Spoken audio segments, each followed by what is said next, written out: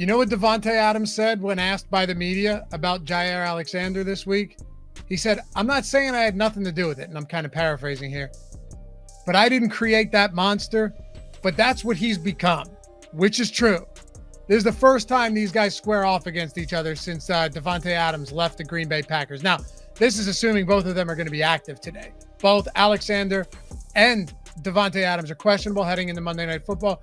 My assumption is they both play. Alexander said like 99.4% chance he's going to play or something like that. And Adams is a warrior. He's out there whenever he can be. Hurt his shoulder last week, came back, and Aiden O'Connell just peppered him with targets on their last drive.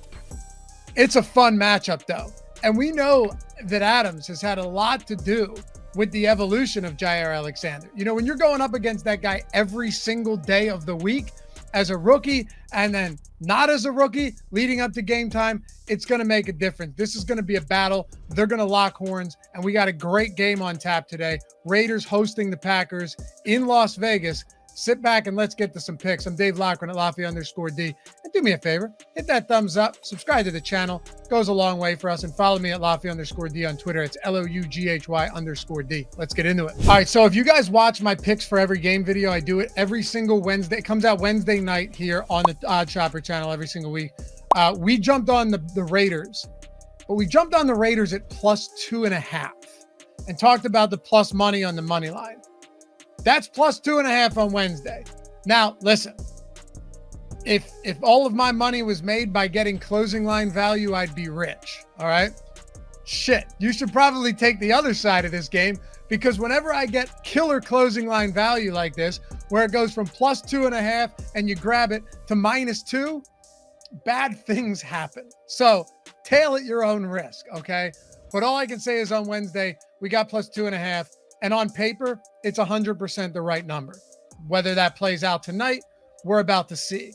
But here's the thing, and let me know where you're going in the comments with this game tonight. Any player props? Unfortunately, and this sucks, because of Adams being questionable, like a legitimate potential game time decision, we don't have the Jacobs and Jakobi Meyers props, because I was super excited to look and see what we could find. And just pay attention to this. We'll talk about it later in the show.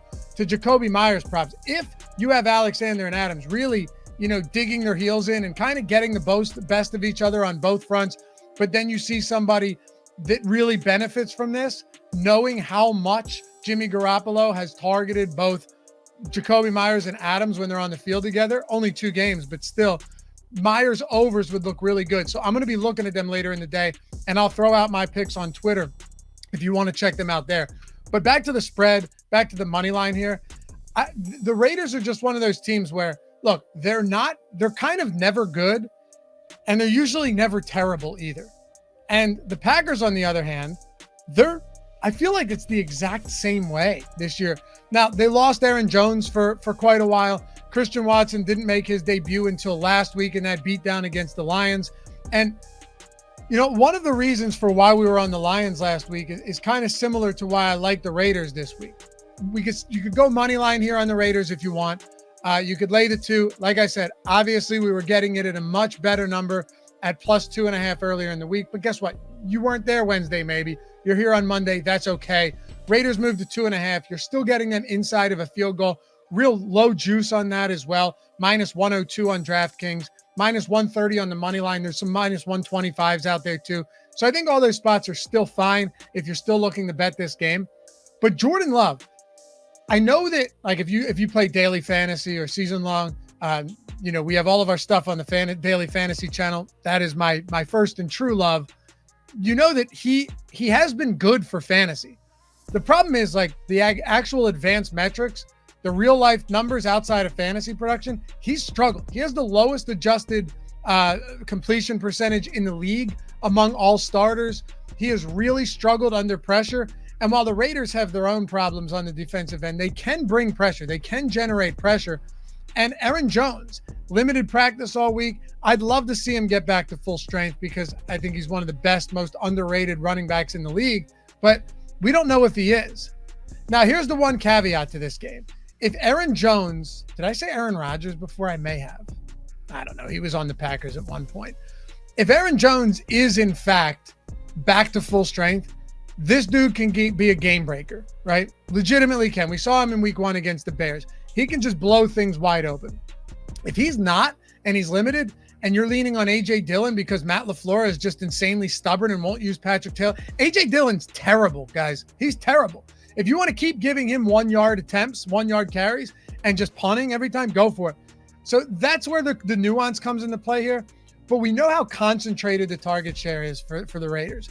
It's Josh Jacobs on the ground, and last week, crazy enough, with Aiden O'Connell, 28% target share through the air. It's Devontae Adams and Jacoby Myers when Jimmy Garoppolo is healthy. In weeks 1 and 3, where Myers and Adams were both on the field and so was Garoppolo, they made up a 71% target share. Everyone outside of that, Hunter Renfrow, Michael Mayer, Austin Hooper, all of those guys have been ghosts, distant afterthoughts. But I think that is enough here, especially with Jordan Love's struggles, them traveling out to Vegas in a game like this. I know that they've had some time to rest, not having played since last Thursday, but I do like the Raiders for those reasons, particularly Jordan Love's struggles. Also, I think Josh Jacobs could finally open things up on the ground. He's really struggled. I mean, shit, he had a -2 rushing yard performance in that beatdown against the Bills back in week 2. But the Green Bay Packers have really struggled against the run this year, and I don't think it's even as pronounced as it should be. They gave up 211 rushing yards to Montgomery. I know they ran the ball 400 times, but it was successful, and they kept generating first downs, 200-plus rushing yards. Nothing against New Orleans, only 77, but that was Kendrick Miller and Tony Jones. You had no Alvin Kamara. You had no Jamal Williams. And then 211 yards again on the ground to the Atlanta Falcons in week 2 and 122 to Chicago with Khalil Herbert and Roschon Johnson. They can benefit big time there. And you have Devontae Adams and Jacoby Myers in the passing game. Give me the -2 for the Raiders here. Of course, we would have liked it a whole lot more elsewhere, but we'll take it. All right, now let's talk about some props. Before we do that, if you are not in these 6 states, feel free to tune out for a minute, whatever you need to do, and then come back for the props. But if you're in New Jersey or Colorado or Ohio or Iowa or Virginia, or more importantly, that 6th state, Kentucky, hear me out. Bet365 is giving you $150 to bet $5. It's that simple. It takes 2 minutes to sign up, deposit, verify yourself, and you're in the door. So essentially you're making $150 in 2 minutes, $75 per minute.